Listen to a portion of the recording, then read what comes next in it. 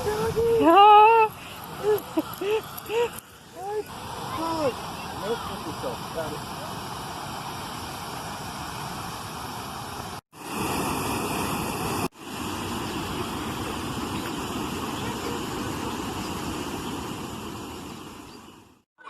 Caught a shark.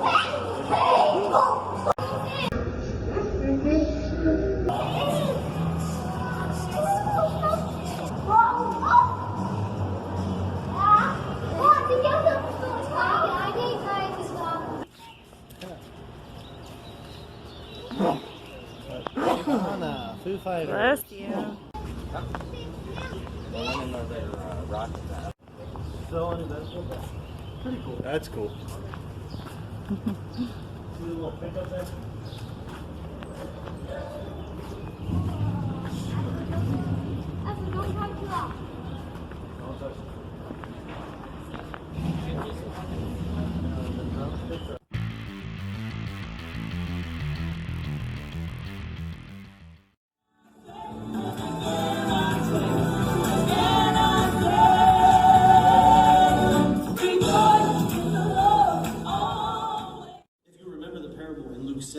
When Jesus was in the house of a notable Pharisee, and a sinful woman walks in and begins to anoint his feet with expensive perfume, and the people there were perplexed. They couldn't understand why this woman would just come in here and she would just waste this perfume on Jesus' feet. And Jesus tells them a parable of two men. Each of these men owed a debt, and one debt was greater than the other. And he asked them, he says, now, he said their debts were forgiven. Who was more grateful? Who responded with more love and affection? Who was more changed by the forgiveness of their debt? And they said, well, obviously it was the one who had a larger debt forgiven. Don't you know the level of gratitude you have towards God? See, the level of gratitude you have towards God changes the way that you approach Him. That's right. These men were sitting here lounging in the presence of the God of the universe, self-righteously judging this woman who was pouring out all that she had in praise to Jesus because she was grateful. She was humble.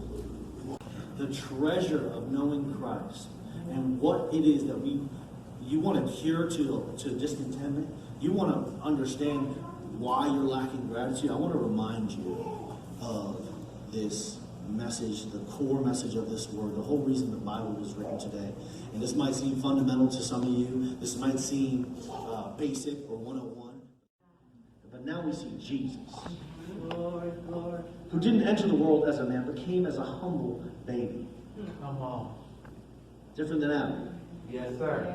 This humble baby was given no earthly kingdom to have dominion over. He was born in a manger, a home for animals, hunted from birth. He lived a quiet life. Yes, indeed. He worked hard with his hands. Come on. And then as he grew older and matured, as the scriptures say, it was time for some rescuing to begin. Now, those people who were awaiting rescue had in their mind the image of a strong warrior, one who would deliver them from their earthly enemies, Yes. and who would restore them to an earthly kingdom. Yes. Their eyes were so nearsighted, imagining that the problem was an attack from the outside, while inwardly they were rotting away. Yes. Now, here comes their king. He's riding on a donkey. He enters into the city, Jerusalem, his city, the city that would eventually kill him. Yes. Whoa. This man marked by moral perfection and mercy and kindness and humility then allows himself to be put on a cross. He knew no sin. All you and I know is sin. He knew no sin. For all of history to this point, from all of history to this point, he was pleading your case in heaven. There was so much evidence against you. But during the trial, he allowed mankind to continue living, giving them more time to repent. Meanwhile, the accuser made his compelling case against you. Maybe for the first time ever, not actually lying, because you are guilty. Yes. I am guilty. And after his closing arguments, there was no doubt left. the penalty for sin, written in the law, was death. God, did you create us to die? You knew our weakness. You knew everything we would ever do. Wouldn't it be better that we were never born than to be born just to die? See, life was supposed to be eternal. Isn't it crazy that death is all we've ever known, but it still seems strange? We call it the circle of life. There's even a fun song about it. It's so normal to us. But it's still so strange. And it's strange because you were never supposed to know death. Wow. So Jesus Christ took upon himself. He took sin upon himself. And the judge came down from his high place and accepted the righteous punishment of man upon himself on a torturous cross. The only one that was innocent. This is the one who made the law, the one who set the standard. Stepped down from his high place. The Word became flesh and dwelt among us. In Hebrews it says that we must have the same attitude in us that Christ Jesus had, though he was God. He did not see equality with God as something to cling to, but he lowered himself. He humbled himself.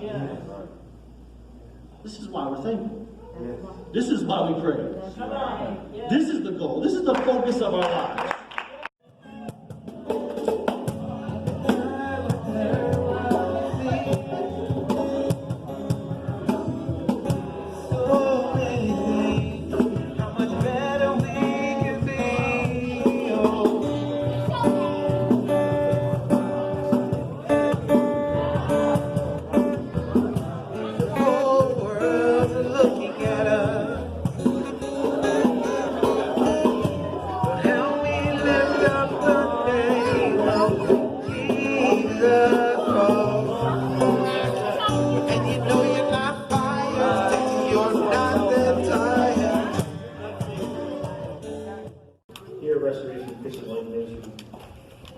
We exist for four purposes as a local assembly: worship, biblical learning, fellowship, and mission. He isn't messing with you. It might be because you're wearing the same jersey.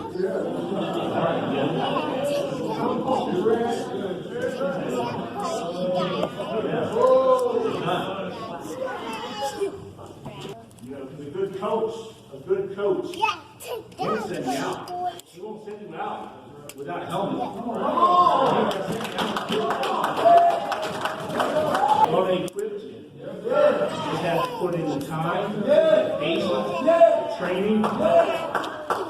It's worth it. I'm telling you. It's not easy, but it's worth it. Come on, Greg. Come on.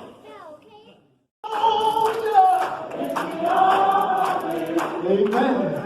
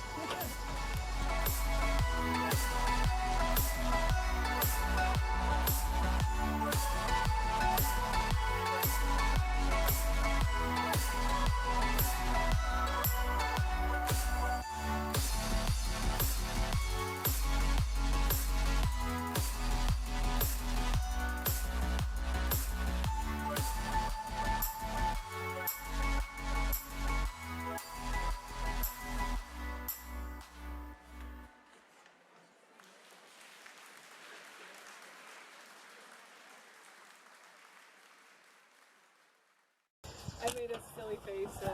That's good footage for your channel right there.